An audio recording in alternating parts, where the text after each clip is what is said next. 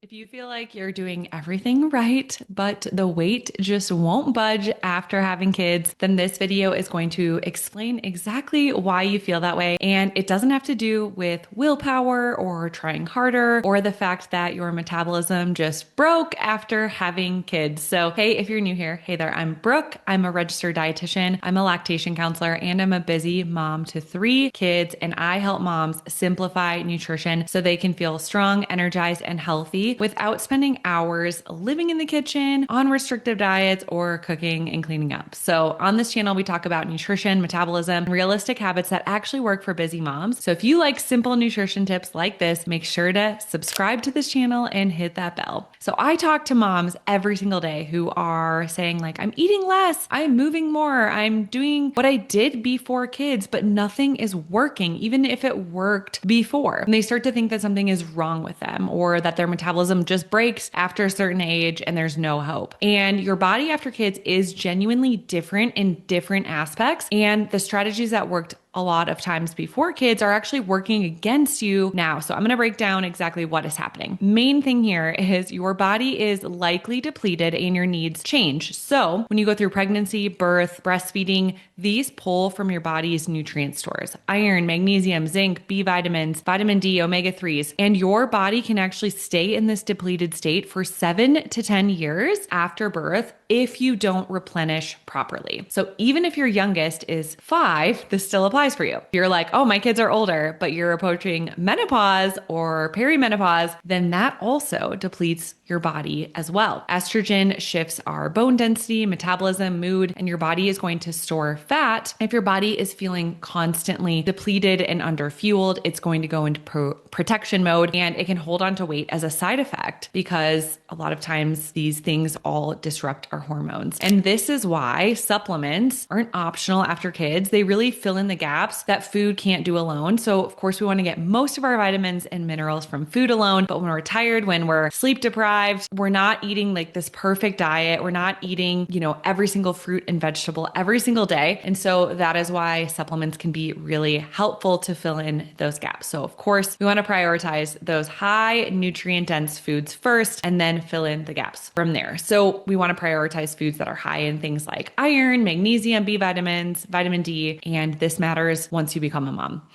I want to share something that has completely changed my health as a busy mom of 3 kids, including one with special needs. For years, I was surviving off coffee, fast food, and whatever I could grab between appointments and therapies for my son. And I was exhausted. I had late night cravings. I felt depleted and drained, and I felt like I had completely lost my identity in motherhood. So as a registered dietitian, I focused on 3 simple things that helped me get healthier, stronger, and more fit, even as a busy mom. So now I'm 25 pounds under my pre-kid weight. My labs are great. I have energy and I feel strong. So if you're feeling exhausted, find yourself stress eating at night or struggling with your mood or weight, making your health a priority when you're already so busy taking care of everybody else, my free class will walk you through exactly what's going on in your body and what to do next. You can go ahead and grab your free spot using the link below. There's also cortisol, our stress hormone. So when we're managing kids, when we're getting less sleep, the mental load we carry, our stress response is constantly being activated. And if we have our chronically high cortisol, it is going to impact our body fat and our metabolism, and it can actually store fat around our midsection. So if we're getting poor sleep, if we're chronically stressed out, this can actually lead to shifts with our body composition. So if you have sleep deprivation, maybe you have a newborn or your baby's waking up in the middle of the night, this also impacts leptin and ghrelin, our hunger and fullness hormones. So leptin tells your brain that you're full, and when we're sleep deprived, it does suppress that a little bit. And then ghrelin also tells your brain you're hungry, like ghrelin, your stomach's growling, and sleep deprivation spikes that. So if you're feeling like, man, I just had kids and I'm sleep deprived and I'm so hungry, I have all these cravings, my body's fighting against me, and you're blaming yourself, just know that there's a reason. You're likely depleted in a lot of vitamins and minerals, and the sleep deprivation is not helping when it comes to that. And then there's the other thing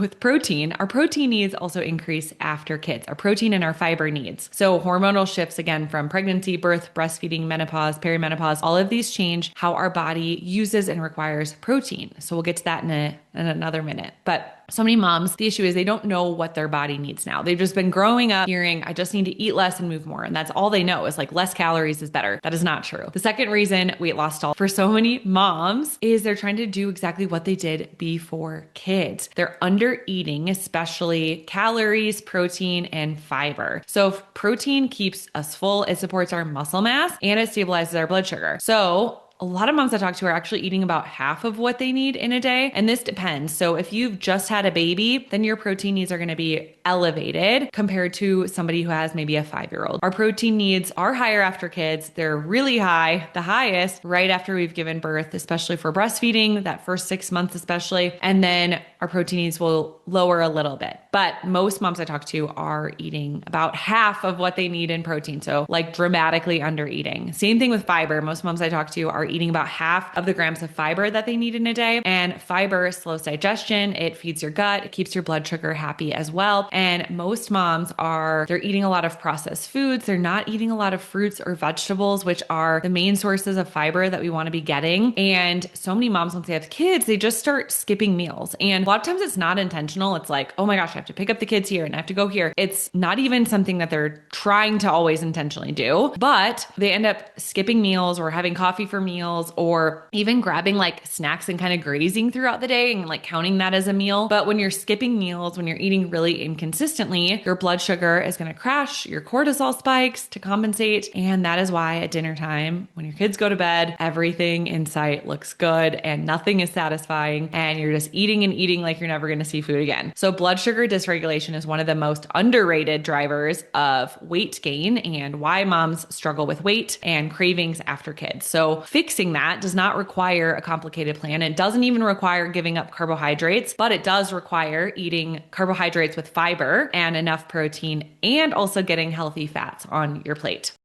Before you keep going, I want to share something that I get asked about all the time, and that's about supplements. So as a registered dietitian and busy mom of 3, I've tested so many vitamins over the years, and I put my favorites into my own supplement store so that it's nice and organized for you. They're organized into simple plans like postpartum, breastfeeding, menopause, daily essentials, gut health, stress, and sleep. And these are the same supplements that I personally take and I recommend to my clients. So go ahead and click in the show notes to see them all. It takes 30 seconds to create a free account.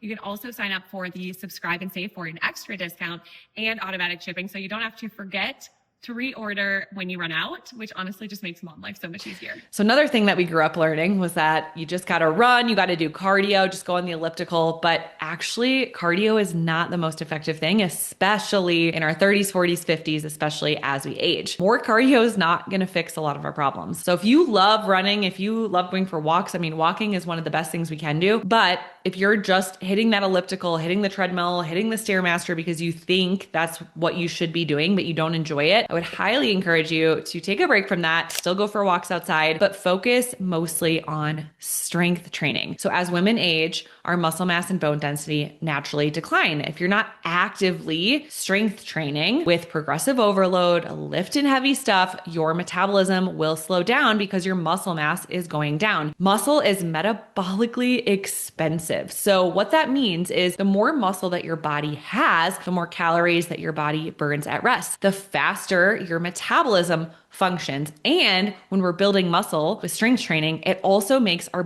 bones stronger and it helps our bone density. So this means when you're 40, 50, 60, 70, and you're at high risk of a hip replacement or a knee replacement, you're actually helping yourself potentially avoid that altogether, or at least delay that years and years out. So most moms are just thinking that cardio is the answer. I just need to sweat. I need to get my heart rate high. And then they skip strength training, but that is not what your body needs. And the truth is walking is enough cardio, especially if you are doing some walks where you're getting at a little higher pace, but you actually don't need to be doing, again, a treadmill or something for an hour. If you do strength training, especially in a circuit format, you will be getting your heart rate high. Your heart rate will get just as high as cardio. And not only that, you're getting your heart rate high. So you're getting that cardiovascular benefit and the heart health benefit, but you're also building your muscle and you're helping your metabolism. And again, you're going to help your lab values. It is crazy how much just walking and strength training will change your body composition, your labs, your energy, your mood. For me, it has dramatically changed my mental health, just moving my body. And I want to be honest honest with you because I think this will help. After my third baby, my weight loss was slower than my previous two. That first 6 months postpartum, I was being consistent. I was doing all these things, taking my supplements, keeping my blood sugar regulated, eating protein, doing strength workouts at home. And I was like, man, just doesn't feel like things are happening as quickly as they did. And I stayed consistent because I knew my body still felt good doing these habits. And I was completely shocked. I stepped on the scale at 12 months postpartum and then again at 18 months. And at 18 months postpartum with my third baby, I am 25 pounds under my pre-kid weight. I am at a lower weight than I was in college, and I was a college athlete. And this is without spending hours in the kitchen, with simple meals. Take 15 minutes or less, taking my supplements, eating enough protein, prioritizing fiber, keeping my blood sugar regulated, and doing the 20-minute at-home strength workouts. And that is it. My body just needed to feel safe. It needed time and it needed consistency. And I think that's a problem for so many moms is they don't get results immediately and they think like what I'm doing isn't working. Even if it feels good and you feel satisfied and you have less cravings and better mood and better energy, a lot of moms are like, well, I don't see the scale moving, so I'm going to give up. And I just want to caution you, sometimes things are shifting with your hormones and metabolism and it takes time. And what your body is trying to do when it finds homeostasis, its happiest place is it needs that consistency to stabilize. So you might be thinking like, what do I actually eat? I don't have time. And that is exactly why I created Busy Mom Meals, because moms, we don't need more information. You already know fruits and vegetables and meats and protein. All of these things are good for you. But when 5 p.m. rolls around and your kids are melting down, you don't know what you're going to throw on the table for dinner. And Busy Mom Meals solves that issue for you. Planned by a dietitian, giving you meals so you feel energized, stay full, and feel in control around your nutrition again. So no tracking, no cutting out your favorite foods, no hours in the kitchen, cleaning up or cooking, just simple meals that actually work for busy mom life. So the link to join that is below. And make sure if this video helped you in any way, leave us a comment. I love to chat with you guys there, and make sure that you subscribe so you don't miss future episodes of this. You can also connect with me over on Instagram at Nutrition for Mamas. And remember, you deserve to feel good again.